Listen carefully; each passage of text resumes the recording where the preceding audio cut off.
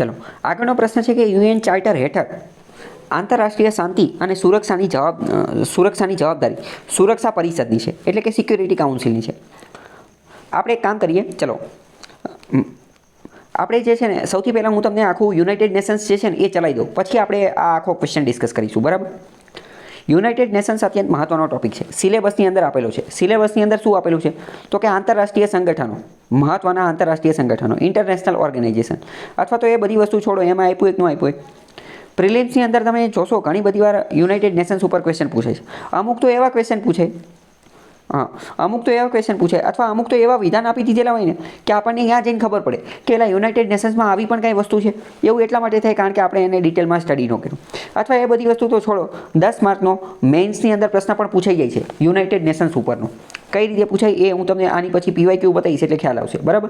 તો જ્યારે આવું પૂછાય ત્યારે આપણને ખબર ન હોય, એટલે આપણે એક રીતે આ યુનાઇટેડ નેશન્સ જે છે એનું સંપૂર્ણ તમામ બાબત જે છે જોઈ લઈએ, તમામ બાબત કે જ્યારે કંઈ પણ વસ્તુ તમારી છૂટે નહીં, બરાબર. રિવિઝન માટે પણ તમે આ વિડીયો ફરીથી જોઈ લેશો તો તમને ખ્યાલ આવી જશે, બરાબર, કે શું છે. તો પહેલાં સમજો કે યુનાઇટેડ નેશન્સ જે છે ને એના 6 ઓર્ગન છે, એટલે કે 6 અંગ છે. મુખ્ય કેટલા 6 ઓર્ગન છે, 6 નામ તમને ખબર હોવી જોઈએ. યુનાઇટેડ નેશન્સ શું છે તો કે એક બોડી છે, એક સંસ્થા છે. યુનાઇટેડ નેશન્સના મુખ્ય ઓર્ગન કેટલા છે તો કે 6 ઓર્ગન છે. કયા તો કે પહેલું તો UNGA, UNGA, United Nations general assembly. શું? યુનાઇટેડ નેશન્સ જનરલ એસેમ્બલી, એ એનું પહેલું અંગ થઈ ગયું. બીજું કયું? યુનાઇટેડ નેશન્સ સિક્યુરિટી કાઉન્સિલ, સુરક્ષા સમિતિ, આ એનું બીજું અંગ છે, બરાબર. પહેલું UNGA, બીજું UNSC સિક્યુરિટી કાઉન્સિલ. ત્રીજું કયું તો કે ઇકોસોક એટલે શું તો કે United Nations economic and social council. પછી એક છે ટ્રસ્ટીશિપ કાઉન્સિલ, પછી છે ICJ, international court of justice, અને પછીનું છે UN સેક્રેટરીએટ, એટલે કે આનું સચિવાલય. ફરીથી બધા અંગો જોઈ લઈએ. પહેલાં તો કહ્યું, જો બધાની આગળ યુનાઇટેડ નેશન્સ લાગે જ છે એટલે હું એ બોલતો નથી, બરાબર.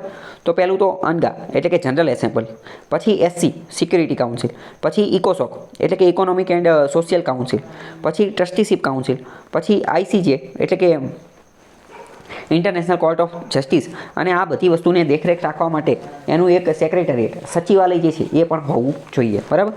તો પહેલાં તો આ બધા તમને થોડા ઘણા મગજમાં બેઠા હશે. હવે આ બધાનું કામ શું છે ને એ આપણે જોઈ લઈએ, એટલે તમારે વધારે પડતા મગજમાં બેસી જશે, બરાબર. સૌથી પહેલાં સમજો કે general assembly, United Nations general assembly આ શું છે. તો જનરલ એસેમ્બલીની અંદર અત્યારે 193 દેશ છે. કેટલા? 193 દેશ. એટલે એક રીતે એવું સમજી શકો કે વિશ્વના બધા જ દેશો જે છે ને એ આના સભ્ય છે, ઓલમોસ્ટ. ભારત આનું સભ્ય છે તો કે આ ભારત પણ આનું સભ્ય છે. આ જનરલ એસેમ્બલી એટલે શું તો કે જનરલ એસેમ્બલી એટલે એક રીતે સમજી શકો કે આ એક રીતનું પાર્લામેન્ટ, સંસદ જેવું છે. આપણે કેમ લોકસભામાં કંઈક 550 સભ્ય છે અને રાજ્યસભામાં 250 સભ્ય છે. આ તો બસ આ એવી જ રીતની વસ્તુ છે કે આ જનરલ એસેમ્બલી છે, જનરલ, બધા માટે જનરલ, બરાબર. તો આની અંદર એક દેશ હોય, એને એક વોટ આપવામાં આવે, વન નેશન વન વોટ, બરાબર. જનરલ એસેમ્બલી એટલે કે આના સભ્યો કેટલા છે તો કે 193 સભ્ય. આમાં તમારે એ પણ યાદ રાખવાનું, જનરલ એસેમ્બલીમાં 193 સભ્ય છે, બરાબર. પહેલું ખબર પડી ગયું જનરલ એસેમ્બલી શું. ઓકે, ચલો. તો આમાં બધા જે છે એ બધા દેશ આના સભ્ય છે, 193. હવે બીજું છે સિક્યુરિટી કાઉન્સિલ. સિક્યુરિટી કાઉન્સિલ જે છે ને એ મોસ્ટ પાવરફુલ બોડી છે,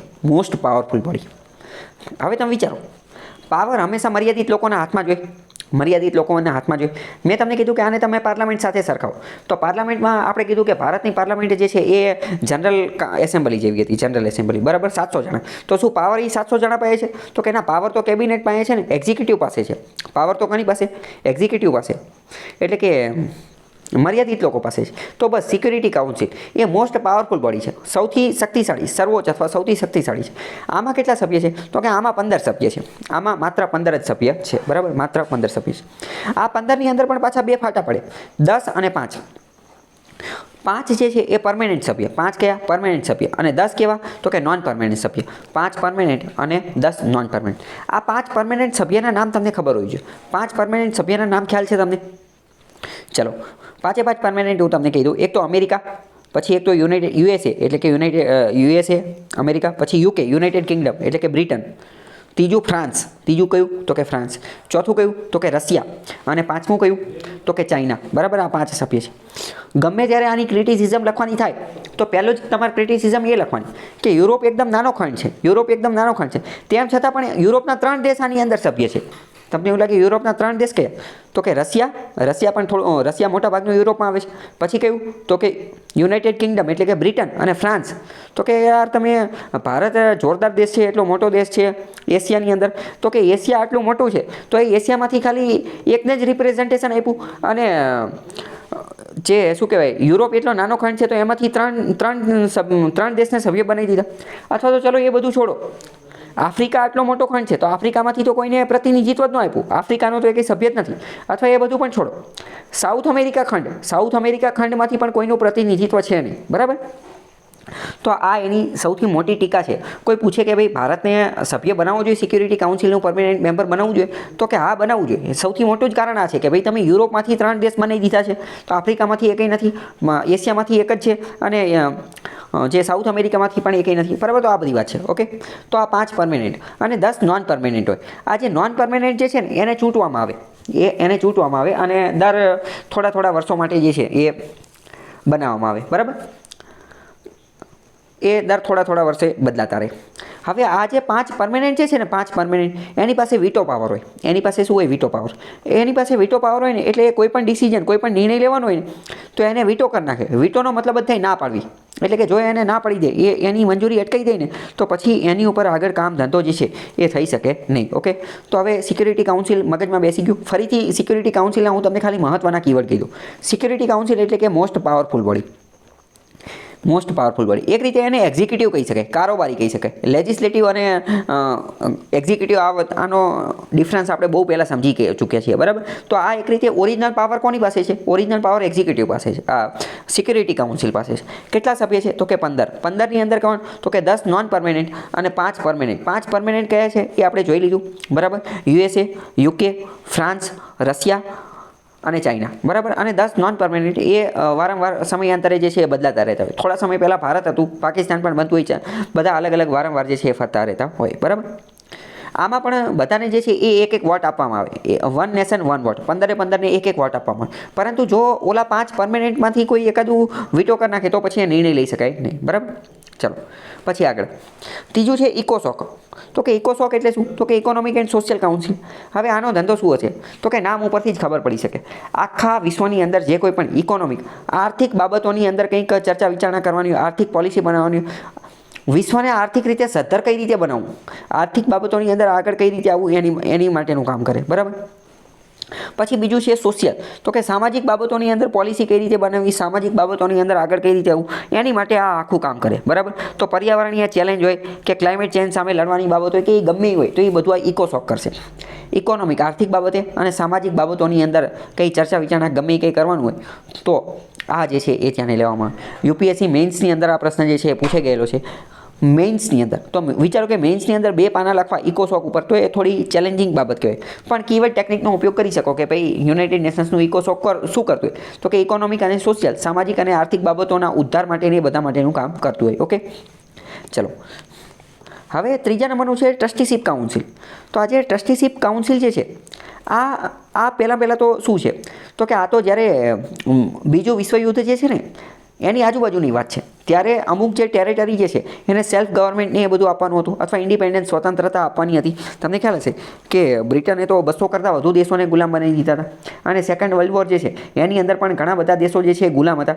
પરંતુ બીજું વિશ્વયુદ્ધ પૂરું થયું પછી ધીમે ધીમે બધા દેશો જે છે ને એ આઝાદ થવા લાગેલા હતા. તો ત્યારે અમુક દેશ જે છે ને એ ટ્રસ્ટી બનેલા હતા અથવા ટ્રસ્ટીશિપ બનેલા હતા. તો આ એની હારે લેવા દેવા છે. ખાલી આપણે એટલું યાદ રાખવાનું છે કે આ 11 ટ્રસ્ટ ટેરેટરીઝ હતી જે તે સમયે, અને એ 11 ટ્રસ્ટ ટેરેટરી ઉપર દેખરેખ રાખવા માટે, સુપરવાઇઝ કરવા માટે ટ્રસ્ટીશિપ કાઉન્સિલ બનાવેલી હતી. બરાબર, જે અત્યારે એટલું બધું એનું કંઈ કામ છે નહીં. ઓકે, બરાબર, ચલો હવે બીજું એનું અંગ છે ઇન્ટરનેશનલ કોર્ટ ઓફ જસ્ટિસ. ચલો અહીંયા હું તમને બીજી એક વાત કહું કે સરકાર હોય ને તો એના 3 અંગ હોય: લેજિસ્લેટિવ, એક્ઝિક્યુટિવ અને જ્યુડિશરી. તો તમે મને કહી શકશો કે શું આપણે યુનાઇટેડ નેશન્સની અંદર પણ આપણને આ 3 અંગો જોવા મળે છે, લેજિસ્લેટિવ, એક્ઝિક્યુટિવ અને જ્યુડિશરી? અને જોવા મળતા હોય તો કઈ જગ્યાએ જોવા મળે છે?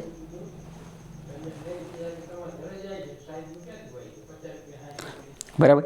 તો કે લેજિસ્લેટિવ જે છે તો એને આપણે જનરલ એસેમ્બલી કહી શકીએ. યુનાઇટેડ નેશન જનરલ એસેમ્બલી, સામાન્ય સભા જે છે એને આપણે લેજિસ્લેટિવ કહી શકીએ. એક્ઝિક્યુટિવ જે છે એક્ઝિક્યુટિવ, તો એને આપણે સિક્યુરિટી કાઉન્સિલ કહી શકીએ, કારણ કે મોટાભાગના નિર્ણય તો એ જ લે છે. સિક્યુરિટી કાઉન્સિલ એ એક્ઝિક્યુટિવ છે. અને જ્યુડિશરી, તો કે જ્યુડિશરી શું છે તો કે ICJ, international court of justice, આંતરરાષ્ટ્રીય ન્યાયાલય, આંતરરાષ્ટ્રીય ન્યાયાલય, બરાબર, આંતરરાષ્ટ્રીય ન્યાયાલય. હવે જો આ જે આંતરરાષ્ટ્રીય ન્યાયાલય જે છે આનું વડું મથક નેધરલેન્ડના ધ હેગ ખાતે આવેલું છે. નેધરલેન્ડના ધ હેગ ખાતે આવેલું છે, બરાબર. વારંવાર પ્રશ્ન પૂછાતો હોય કે ભાઈ ICJનું હેડ ઓફિસ ક્યાં આવેલી છે, તો કે નેધરલેન્ડના ધ હેગમાં. પણ આપણે સમજીએ નહીં કે ભાઈ આપણે એ પ્રશ્ન ખાલી ગોખીને બેસી જતા હોય, પણ હકીકતમાં એ જે ક્વેશ્ચન જે છે એ એક આખું બહુ મોટો ટોપિક છે. તો કે ટોપિક કયો છે તો કે યુનાઇટેડ નેશન્સ એ ટોપિકનું નામ છે અને એનો એક સબ પાર્ટ છે. એક રીતે પાઠનું નામ એ છે યુનાઇટેડ નેશન્સ, બરાબર. તો હવે ભાઈ આના 6 ઓર્ગન છે, તો એમાંનું આ ICJ, international court of justice, એ નેધરલેન્ડના ધ હેગમાં છે. તો બાકીના 5 ક્યાં છે, તો બાકીના 5 જે છે ને એ અમેરિકાના ન્યૂયોર્કની અંદર છે, બરાબર. બાકીના 5 અમેરિકાના ન્યૂયોર્કની અંદર છે. ચલો પછી આગળનું છે UN સેક્રેટરીએટ. તો કે UN સેક્રેટરીએટ એ શું છે તો કે સચિવાલય. હવે સૌથી પહેલા જ લેક્ચરમાં મેં તમને ચલાવેલું હતું કે કીવર્ડ ટેકનિક. કીવર્ડ ટેકનિકનો મતલબ શું કે ભાઈ કીવર્ડ સમજવાનું. સચિવાલયથી તમે શું સમજો તો કે ભાઈ ગાંધીનગરનું સચિવાલય છે, આપણું દિલ્હીનું પાર્લામેન્ટ સંસદનું સચિવાલય છે. બધી જગ્યાએ જે છે એ સચિવાલય હોય. તો કે સચિવાલય એ શું તો કે અહીંયા બધા સચિવ હોય, ત્યાં બધી ઓફિસ હોય. મેં તમને બહુ પહેલાં સમજાવેલું હતું કે તમે કોઈ પણ સરકારી ડિપાર્ટમેન્ટની અંદર જતા રહો, એકદમ નાની તો કે મામલતદાર ઓફિસ અથવા તાલુકા પંચાયત અથવા જિલ્લા પંચાયત અથવા તો ગ્રામ પંચાયત, ગમે એની અંદર તમે ઘૂસી જાઓ ને તો શું હોય તો કે એ ખાલી એક ઓફિસનું હોય, એની અંદર નાની કેટલી ઓફિસ હોય. ફોર એક્ઝામ્પલ ચલો તાલુકા પંચાયતની અંદર વાત કરીએ તો તાલુકા પંચાયતની અંદર શિક્ષણ શાખા હોય, હિસાબી શાખા હોય, MG નરેગા શાખા હોય, પંચાયત શાખા હોય, બરાબર, પંચાયત શાખા હોય, ઘણી બધી શાખા હોય. જેમ કે મામલતદાર ઓફિસની અંદર તમે ઘૂસી જાઓ તો એની અંદર જે છે એ પુરવઠા વિભાગ હોય, આ રેશન કાર્ડ માટેનો નેનો વિભાગ હોય, રેવન્યુ મહેસૂલી વિભાગ હોય, બરાબર, મધ્યાહન ભોજન યોજના હોય. તો કે ટૂંકમાં ઘણી બધી વસ્તુ હોય. તો હવે એ જ રીતે આપણે ગાંધીનગરની અંદર સચિવાલય, તો એની અંદર તમે ઘૂસી જાઓ તો એની અંદર તો શું હોય તો એની અંદર તો આખા જિલ્લાની અંદર, આખા રાજ્યની અંદર જેટલા પણ ડિપાર્ટમેન્ટ હોય એ બધાના હેડ, એ બધી વસ્તુ જે છે અહીંયા જોવા મળે. તો ટૂંકમાં સચિવાલય એ કેટલી મહત્ત્વની વસ્તુ છે એ ખ્યાલ પડ્યો કે સચિવાલય એ અત્યંત મહત્ત્વની વસ્તુ છે. તો એવી જ રીતે પાર્લામેન્ટ, આપણું સંસદ જે છે સંસદનું સચિવાલય હોય, બરાબર. તો એવી જ રીતે યુનાઇટેડ નેશન્સનું સચિવાલય છે. સચિવાલય મુખ્યત્વે શું કામ કરે? એક રીતે એવું કહી શકાય કે સચિવાલય જે છે ને ત્યાં બધા જ અધિકારીઓ કામ કરતા હોય. એક રીતે આ જે સચિવાલય જે છે ને એ એડમિનિસ્ટ્રેટિવ યુનિટ છે. કેવું? એડમિનિસ્ટ્રેટિવ યુનિટ છે. કોઈ પણ વહીવટ કરવાનો હોય, બરાબર, તો કોઈ પણ વહીવટ કરવાનો હોય તો એની માટે કાગળિયા કામ કરવું પડે, ડોક્યુમેન્ટ બનાવવા પડે, એની માટેની પેપર વર્ક કરવું પડે, એની માટેની અમુક પ્રોસિજર જે છે એને ફોલો કરવી પડે, વિઝન પ્લાન, મિશન ડોક્યુમેન્ટ, આ બધું તૈયાર કરવું પડે, કાગળને એ બધું તૈયાર કરવું પડે. કે કોઈ પણ કામ ધંધો કરો છો, પોલિસી પ્રોગ્રામ ગમે એ લોન્ચ કરો છો તો એ અમુક એક્ટ, રૂલ્સ, રેગ્યુલેશન્સ, લો એ બધાનું પાલન કરે ને એ ધ્યાન રાખવું પડે કે કોઈ લો જે છે બ્રેક ન થઈ જાય. તો એ બધું નક્કી કોણ કરે? એ બધું નક્કી આ સેક્રેટરી સચિવાલયની અંદર થાય, બરાબર. તો એવી જ રીતે યુએનનું સેક્રેટરીએટ છે. અહીંયા આપણે એવું કહી શકીએ કે ભાઈ યુનાઇટેડ નેશન્સ જનરલ એસેમ્બલી દ્વારા જે કોઈ પણ નિર્ણય લેવામાં આવે અથવા તો સિક્યુરિટી કાઉન્સિલ દ્વારા જે કોઈ પણ નિર્ણય લેવામાં આવે, જે કોઈ પણ નિર્ણય લઈ લે એ નિર્ણયનું વહીવટી કામ, એ નિર્ણય ઉપરનો એક્ટ બનાવવાનું, એ નિર્ણય ઉપરના ડોક્યુમેન્ટ તૈયાર કરવાના, એ નિર્ણય ઉપરનું જે એડમિનિસ્ટ્રેટિવ વહીવટી કામ કરવાનું, એ કામ કોણ કરતું હશે તો કે એ કામ જે છે એ સચિવાલય કરતું હશે. ખ્યાલ આવ્યો કે ન આવ્યો? બરાબર. તો હકીકતમાં આ જે સચિવાલય જે છે એને પણ એક રીતે એક્ઝિક્યુટિવ અંગ જ કહેવાય, કારોબારી અંગ જ કહેવાય. કારણ કે આપણે બહુ પહેલાં સમજી લીધા છે કે કારોબારી એટલે શું તો કે કારોબારી એટલે કે હકીકતમાં ઓરિજિનલમાં જેની પાસે સત્તા છે એ, જે હકીકતમાં કાયદા બનાવે છે એ, જે હકીકતમાં કાયદા બનાવે છે. અને બહુ પહેલાં મેં તમને સમજાવી દીધું હતું કે હકીકતમાં તો જે ગ્રામ પંચાયત હોય તો ગ્રામ પંચાયતને પણ કાયદો બનાવવાનો અધિકાર હોય. કેમ? કારણ કે ગ્રામ પંચાયત પોતાનો ઠરાવ બનાવતો હોય, તલાટી અને બધા સરપંચ અને બધા સભ્યો ભેગા થઈ અને ઠરાવ લોન્ચ કરતા હોય, ગ્રામ સભાની અંદર ઠરાવ પસાર કરતા હોય. એવી જ રીતે જિલ્લા પંચાયત, તાલુકા પંચાયત, કલેક્ટર ઓફિસ, બધી પોતપોતાની ઓફિસ હોય, એ પોતપોતાની રીતે ઠરાવ જે છે એ બનાવતા હોય. તો એવી રીતે ઇન શોર્ટ સચિવાલય જે છે એની દરેક ઓફિસ પોતાની રીતે ઠરાવ રજૂ કરી શકે. તો શું આને પણ એક રીતની એક્ઝિક્યુટિવ બોડી કહેવાય કે ન કહેવાય? તો કે હા, એક્ઝિક્યુટિવ બોડી કહી શકે. આવું બધું હું તમને શા માટે કહું છું? કારણ કે વિધાનવાળા વાક્યમાં ડાયરેક્ટ કહી દેશે કે નીચેનામાંથી કયું એક્ઝિક્યુટિવ બોડી કહી શકાય. તો સેક્રેટરીએટ જે છે એને પણ એક રીતે એક્ઝિક્યુટિવ બોડી કહી શકાય. ઓકે, ખ્યાલ આવ્યો કે નહીં? બરાબર. ચલો હવે ફરીથી હું તમને બધી વસ્તુ કહી દઉં કે આના ટોટલ 6 અંગ છે. 6 અંગ જોઈ લીધા, બરાબર. 6 અંગ એકવાર ફરીથી કહી દઉં. એક તો જનરલ એસેમ્બલી, એક તો સિક્યુરિટી કાઉન્સિલ, એક તો ટ્રસ્ટીશિપ કાઉન્સિલ, પછી એક તો ઇકોસોક એટલે economic and social council, economic and social, પછી આઈસીજે ઇન્ટરનેશનલ કોર્ટ ઓફ જસ્ટિસ, અને લાસ્ટમાં આપણે શું જોયું તો કે સેક્રેટરીએટ એટલે કે સચિવાલય, બરાબર. જનરલ એસેમ્બલીને આપણે લેજિસ્લેટિવ કહી શકીએ, સિક્યુરિટી કાઉન્સિલને આપણે એક્ઝિક્યુટિવ કહી શકીએ, અને આઈસીજે એને જ્યુડિશરી કહી શકીએ. સેક્રેટરીએટ જે છે એને પણ આપણે એક્ઝિક્યુટિવ જે છે એ કહી શકીએ, બરાબર. તો આ બધું તમને વિધાનવાળા વાક્યમાં જે છે એ પૂછાઈ શકે, તો એ તમને ખ્યાલ હોવું જોઈએ. બીજી વસ્તુ, આ 6 અંગો જે છે, 6 અંગો, તો આમાંથી 5 અંગો જે છે એ અમેરિકાના ન્યૂયોર્કમાં આવેલા છે, અને એક અંગ ઇન્ટરનેશનલ કોર્ટ ઓફ જસ્ટિસ એ ક્યાં નેધરલેન્ડના ધ હેગની અંદર આવેલું છે, બરાબર. કોની પાસે કેટલો પાવર છે, શું પાવર છે, એ બધું આપણે જોઈ લીધું છે. ઓકે, ચલો. આઈસીજેનું હેડક્વાર્ટર જે છે એ નેધરલેન્ડના ધ હેગની અંદર આવેલું છે.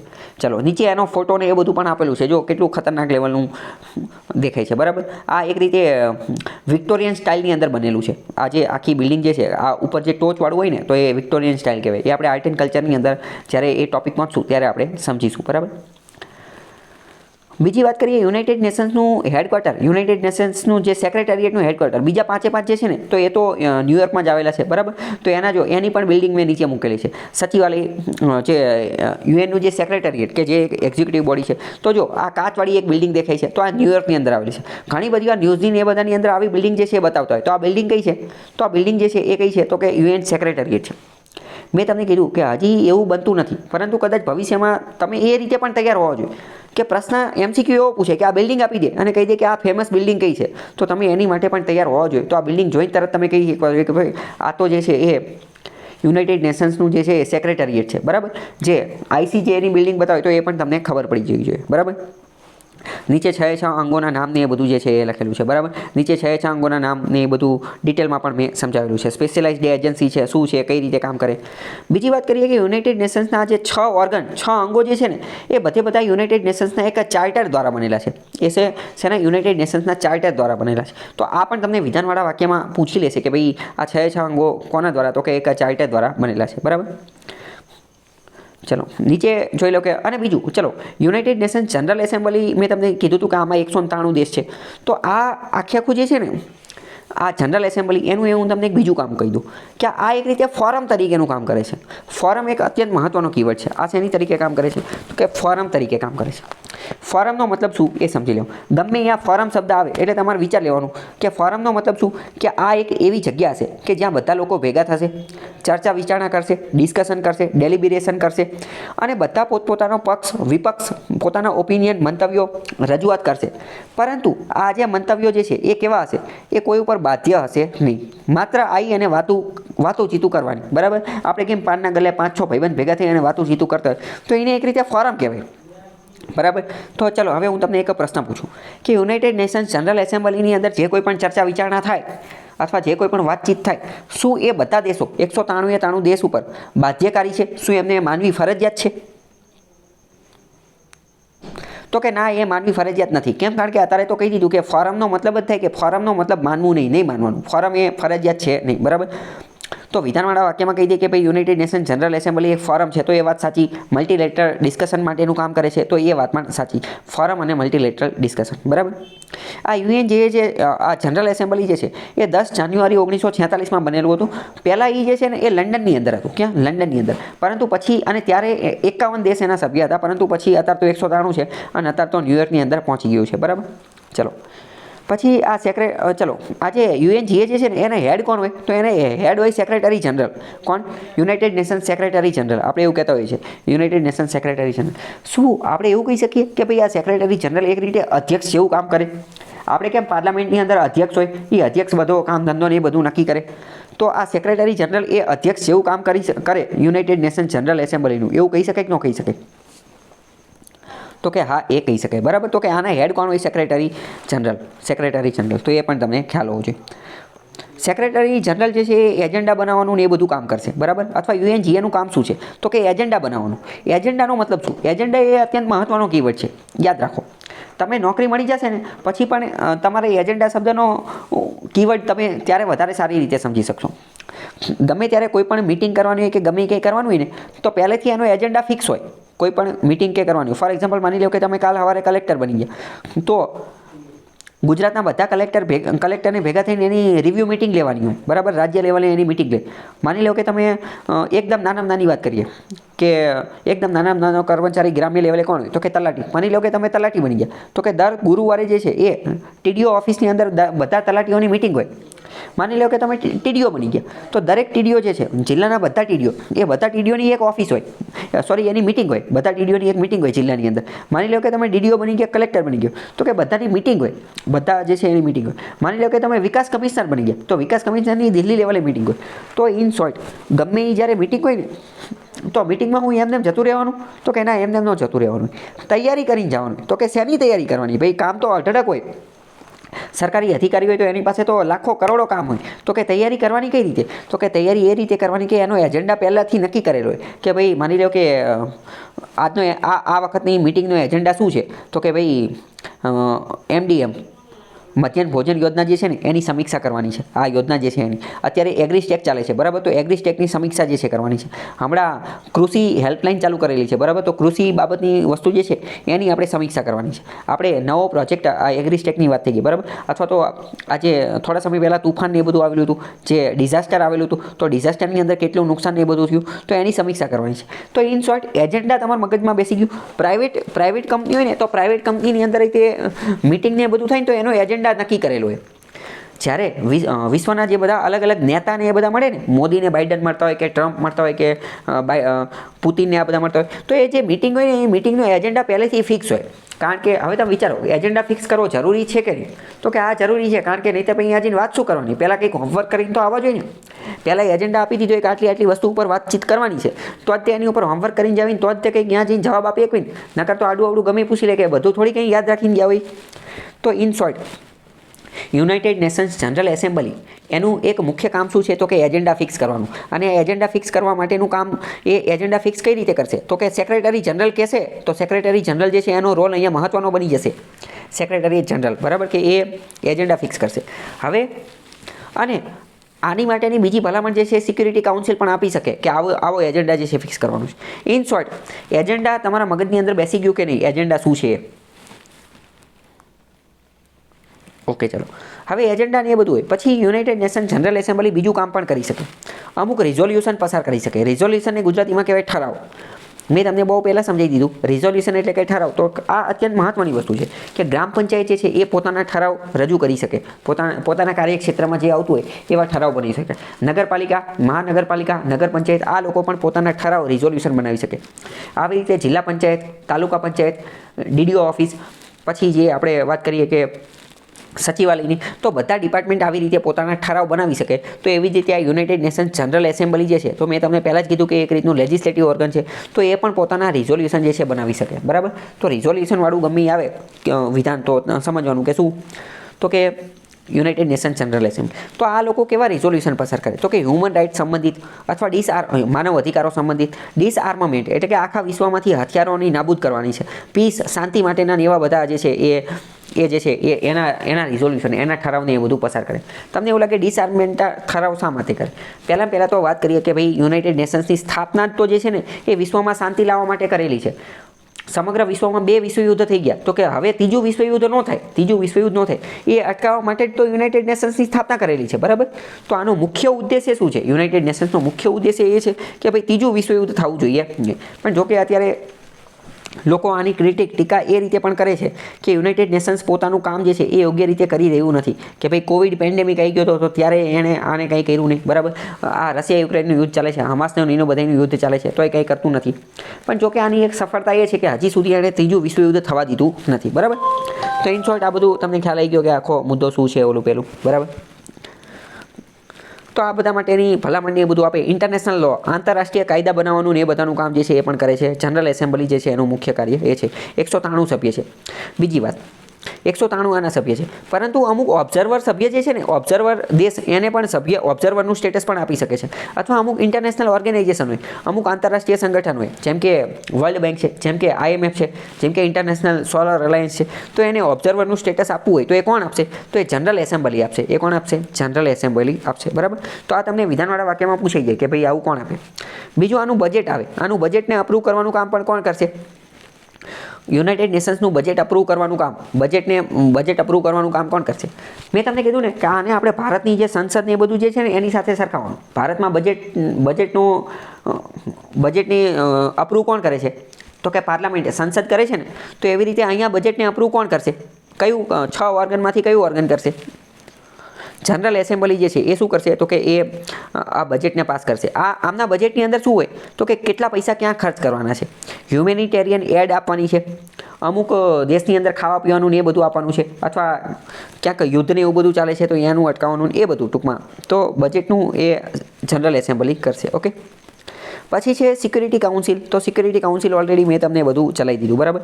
ચલો, બીજી મોસ્ટ ઇમ્પોર્ટન્ટ વસ્તુ, યુનાઇટેડ નેશન્સની અંદર એક બ્લુ હેલ્મેટ કરી અને એક વસ્તુ આવે, બ્લુ હેલ્મેટ, જેને કહેવાય peace keeping force. Peace keeping force મેં તમને કીધું કે ભાઈ યુનાઇટેડ નેશન્સ એનું મુખ્ય કાર્ય શું છે? કે ભાઈ ત્રીજું વિશ્વયુદ્ધ ન થવું જોઈએ, વિશ્વમાં શાંતિ રહેવી જોઈએ. તો આની માટે એ શું કરે કે આખા વિશ્વની અંદર જે કોઈ પણ જગ્યાએ કોન્ફ્લિક્ટ હોય, જે કોઈ પણ જગ્યાએ યુદ્ધ, ડખા નવું બધું ચાલુ હોય, તો એ બધી જગ્યાએ શાંતિ માટે જે છે ને એ આ પોતાના સૈનિકો મોકલે, પોતાની આર્મી મોકલે. તો કે યુનાઇટેડ નેશન્સની એક રીતે પોતાની આર્મી છે. તો હકીકતમાં એની પોતાની આર્મી નથી, પરંતુ બધા દેશો જે છે ને, વિશ્વના બધા દેશો એ થોડા ઘણા સૈનિકો મોકલે. અને આ સૈનિકો જે છે ને એને બ્લુ હેલ્મેટ પણ કહેવામાં આવે, બ્લુ હેલ્મેટ, કારણ કે એમને બ્લુ કલરના હેલ્મેટ પહેરેલા હોય એટલે. અને બીજું બ્લુ જે છે એને શાંતિનું પ્રતીક પણ એક રીતે માનવામાં આવે છે.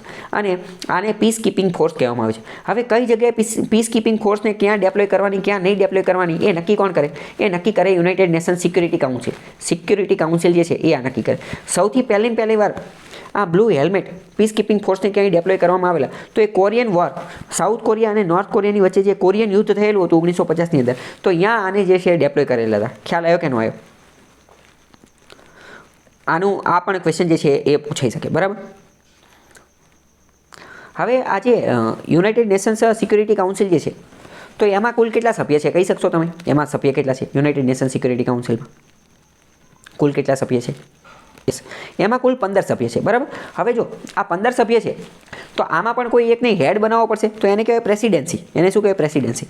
આપણે ઓલામાં શું કીધું હતું? Secretariat general. United nation general assembly જે છે તો એમાં જનરલ સેક્રેટરી કીધું. તો આમાં પ્રેસિડેન્સી કહેવાય. આ 15માંથી પણ એકને હેડ બનાવવો પડશે.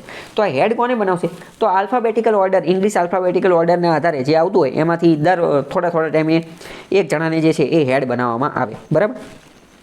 આ વસ્તુ મેં તમને શા માટે કીધી? તો આ એટલા માટે કે દર 1 મહિના માટે બનાવવામાં આવે. 1 મહિના માટે કોઈ જે છે એને હેડ બનાવવામાં આવે. અને 1 મહિના માટે હેડ બનાવે ઇંગ્લિશના આલ્ફાબેટિકલ ઓર્ડરના. અમુક વાર ભારતને પણ આનો હેડ બનાવેલો છે, અમુક વાર પાકિસ્તાનને પણ આનો હેડ બનાવેલો છે. આ પ્રેસિડેન્સી જેની પાસે હોય ને એની પાસે એક ફાયદો એ રહે કે એ નક્કી કરશે કે કયા મુદ્દા ઉપર ચર્ચા કરવામાં આવશે. મતલબ શું? આને ચલો અહીંયા મેં તમને કીધું કે એ નક્કી કરશે કે કયા મુદ્દા ઉપર ચર્ચા કરવું, બરાબર. પણ હવે આને આપણે ટેકનિકલ ભાષામાં કહેવું હોય તો કઈ રીતે કહી શકાય? તમે કહી શકશો?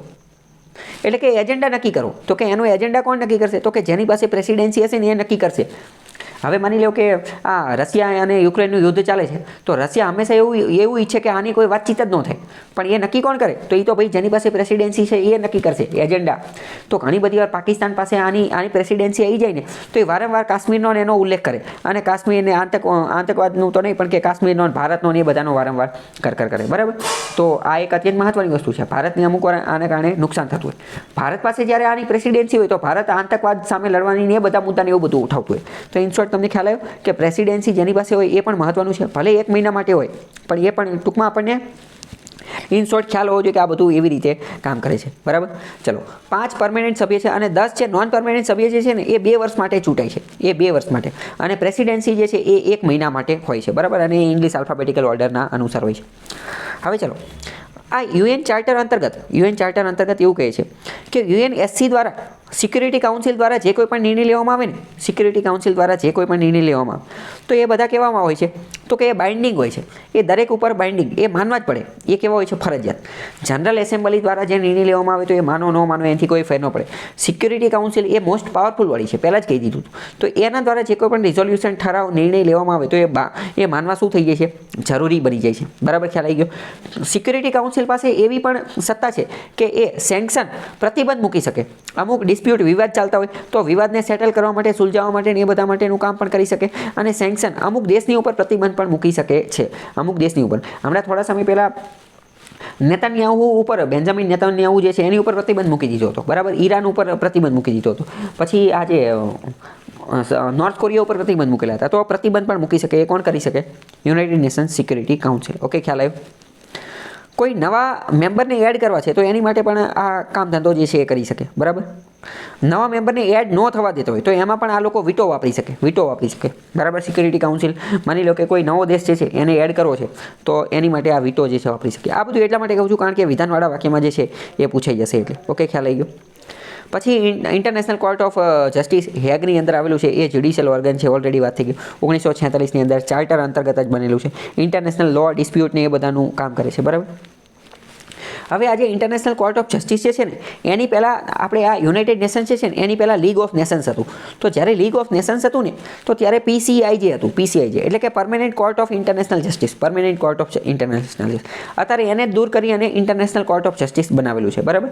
તો કે ભાઈ ઇન્ટરનેશનલ કોર્ટ ઓફ જસ્ટિસ કોની જગ્યાએ બનેલું છે? તો કે પરમેનન્ટ કોર્ટ ઓફ ઇન્ટરનેશનલ જસ્ટિસની જગ્યાએ, જે 1920ની અંદર હતું, બરાબર. હવે યુનાઇટેડ નેશન્સના દરેક સભ્યો જે છે એટલે કે 193 એ બધા ICJ જે છે એના પણ સભ્યો હોય છે. ICJની વાત કરીએ ને તો એમાં 15 જજ હોય. આપણે સુપ્રીમ કોર્ટમાં કેમ 33 જજ હોય તો એવી રીતે ઇન્ટરનેશનલ કોર્ટ ઓફ જસ્ટિસની અંદર 15 જજ હોય અને 9 વર્ષ માટે કામ ધંધો કરતા હોય. 9 વર્ષની અંદર કામ ધંધો કરતા હોય. ભારતના જજ અહીંયા છે દલબીર ભંડારી. કોણ? દલબીર ભંડારી. એ ભારતના જજ છે, બરાબર. ભારત તરફથી મતલબ. તો આવી બધી વસ્તુ તમને ખબર હોવી જોઈએ. ચલો બીજી એક વાત કરીએ કે આજે યુનાઇટેડ નેશન્સનું આજે એની ઓફિશિયલ લેંગ્વેજ કઈ છે? તો એની ઓફિશિયલ લેંગ્વેજ છે ઇંગ્લિશ અને ફ્રેન્ચ, બરાબર. આજે ICJ international court of justice જે છે ને ઇન્ટરનેશનલ, તો અહીંયા ઇંગ્લિશ અને ફ્રેન્ચ આ બે ભાષાની અંદર જ તે ન્યાય ચાલી શકે. આ બે ભાષાની અંદર જ તે કોર્ટનું બધું કામકાજ જે છે એ ચાલતું હોય છે, બરાબર. ચલો પછી સેક્રેટરીએટ એ તો ડે ટુ ડે વર્કિંગ માટે, એડમિનિસ્ટ્રેટિવ માટે અને એ બધા માટે મેં તમને કહી દીધું. સેક્રેટરીએટને પણ એક રીતે એક્ઝિક્યુટિવ આર્મ, કારોબારી અંગ જે છે એ કહી શકાશે. એની અંદર અલગ અલગ બીજા ડિપાર્ટમેન્ટ પણ આવેલા છે. મેં તમને એ તો પહેલાં જ કહી દીધું કે સેક્રેટરી સચિવાલય હોય તો એની અંદર ડિપાર્ટમેન્ટ ઓફિસ તો આવેલી જ હોય. તો આમાં પણ અલગ અલગ ઓફિસને એ બધું આવેલું હોય જે બધું રિસર્ચને એવું બધું જે છે કરતા હોય, બરાબર. ચલો ઇકોસોક જે છે એ ઇકોનોમિક અને સોશિયલ બાબતની વાત કરે. અને બીજી એક અત્યંત મહત્વની બાબત એ કે ઇકોસોક જે છે ને એ દર વર્ષે એપ્રિલની અંદર IMF અને વર્લ્ડ બેંક સાથે મુલાકાત કરે છે. એ બંનેની સાથે મિટિંગને એવું બધું કરે છે. ચલો પછી અમુક વાર આ પ્રશ્ન પૂછાતો હોય છે કે યુનાઇટેડ નેશન્સ જનરલ એસેમ્બલી જે છે એના પ્રથમ મહિલા પ્રમુખ કોણ હતા? એના પ્રથમ મહિલા પ્રમુખ, તો એના પ્રથમ મહિલા પ્રમુખ એ ભારતના હતા આપણે પંડિત વિજયાલક્ષ્મી પંડિત, બરાબર. તો એ યુનાઇટેડ નેશન્સ જનરલ એસેમ્બલીના પ્રથમ મહિલા પ્રમુખ હતા, બરાબર. બીજું આપણે બ્લુ હેલ્મેટ વિશે વાત કરી. બ્લુ હેલ્મેટ એટલે કે પીસ કીપિંગ મિશન વિશે વાત કરી. તો એમાં સૌથી વધુ યોગદાન કયા દેશનું છે? મેં તમને કીધું કે બ્લુ હેલ્મેટ એમાં આપણે સૈનિકો મોકલવાના હોય. તો કોણ સૈનિકો મોકલે છે? તો સૌથી વધુ સૈનિકો, પહેલાં વાત કરીએ કે એમની પાસે કુલ કેટલા સૈનિકો છે? તો એમની પાસે 75,000 સૈનિકો છે. 75,000 સૈનિકો છે. સૌથી વધુ સૈનિકો મોકલવા માટેનું કામ કોણ કરે છે? તો એ કરે છે બાંગ્લાદેશ. બાંગ્લાદેશ 7,000 સૈનિકો મોકલે છે. અને બીજા નંબરે ભારત છે. ભારત 6,000 જેટલા સૈનિકો મોકલે છે. વિધાનવાળા વાક્યમાં પૂછાઈ જશે કે ભાઈ પીસ કીપિંગની અંદર ભારત સૌથી વધુ સૈનિકો પીસ કીપિંગ મિશનની અંદર મોકલવાનું કામ કરે છે. વિધાન ખોટું પડી જશે. ભારત નથી મોકલતું, બાંગ્લાદેશ મોકલે છે. પીસ કીપિંગ વિશે, બ્લુ હેલ્મેટ વિશે ઓલરેડી GPSC ક્લાસ 1-2ની પ્રિલિમ્સની અંદર 2-3 વાર પ્રશ્ન પૂછાઈ ગયો છે. એટલે આ મહત્વનો ટોપિક છે, બરાબર. હવે તો ભારત બીજા નંબરે આવે છે. પરંતુ જો આપણે વાત કરીએ ને કે અલગ અલગ ક્યુમ્યુલેટિવ ટર્મ્સની અંદર એટલે કે અલગ અલગ મિશનની અંદર જો મોકલવાની વાત કરીએ તો ભારત સૌથી વધુ ટ્રૂપ સેન્ડ કરે છે, સૌથી વધુ સૈનિકો મોકલે છે. ક્યારે? ક્યુમ્યુલેટિવ ટર્મની અંદર. ક્યુમ્યુલેટિવ ટર્મની અંદર એટલે કે લગાતાર ભારતે 49 મિશનની અંદર 2.5 લાખ જેટલા સૈનિકો જે છે એ મોકલેલા છે. પણ ઇન શોર્ટ ઓવરઓલ વાત કરીએ તો આપણે બીજા નંબરે છીએ. ઓકે, ખ્યાલ આવ્યો? ચલો હવે યુનાઇટેડ નેશન્સ વિશે તમારે કોઈ પણ વસ્તુ બાકી રહેતી નથી. આખો ટોપિક તમારે કવર થઈ ગયો છે, બરાબર. હવે આમાં તમારે કોઈ ડાઉટ રહેશે નહીં. ગમે ત્યારે હવે તમારે પરીક્ષા હોય કે ગમે એ વસ્તુ હોય તો તમારે એકવાર એવું લાગે તો આ વિડીયો જે છે એ જોઈ લેવાનો, બરાબર. હા, ચલો હવે આપણે MCQ ઉપર પાછા આવી જઈએ કે ભાઈ MCQ શું કહે છે? તો કે MCQ એવું કહે છે કે યુનાઇટેડ નેશન્સના ચાર્ટર હેઠળ ઇન્ટરનેશનલ પીસ એન્ડ સિક્યુરિટી, આંતરરાષ્ટ્રીય શાંતિ અને સુરક્ષાની જવાબદારી સુરક્ષા પરિષદની છે. તો આ સાચી જ વાત છે ને. સુરક્ષા પરિષદમાં એનું નામ જ એવું કહે છે સિક્યુરિટી. સુરક્ષા એના નામની અંદર જ આવે છે, બરાબર. અને પહેલું જ મેં તમને કીધું હતું કે ભાઈ યુદ્ધ ન થાય, ત્રીજું વિશ્વયુદ્ધ એની માટેનું કામ છે. તો આ વાત સાચી છે સિક્યુરિટી કાઉન્સિલ. બીજું એવું કહે છે કે સિક્યુરિટી કાઉન્સિલમાં 5 કાયમી અને 10 અસ્થાયી સભ્યો હોય છે. સાચી વાત કે ખોટી વાત? તો કે આ સાચી વાત. પછી યુએનના બધા જ સભ્યો માટે કાઉન્સિલના નિર્ણયનું પાલન કરવું ફરજિયાત છે. હકીકતમાં અહીંયા મિસ્ટેક છે. હકીકતમાં અહીંયા કેવું પડે કે કઈ કાઉન્સિલ, જનરલ કાઉન્સિલ કે સિક્યુરિટી કાઉન્સિલ? Security council. તો કે સિક્યુરિટી કાઉન્સિલના નિર્ણયનું પાલન કરવું ફરજિયાત છે. તો એ વાત સાચી છે. જનરલ કાઉન્સિલ હોત તો એનું ન કરે તો પણ ચાલે. બરાબર. તો ત્રણે ત્રણ વિધાન સાચા છે. ખ્યાલ આવ્યો કે નહીં?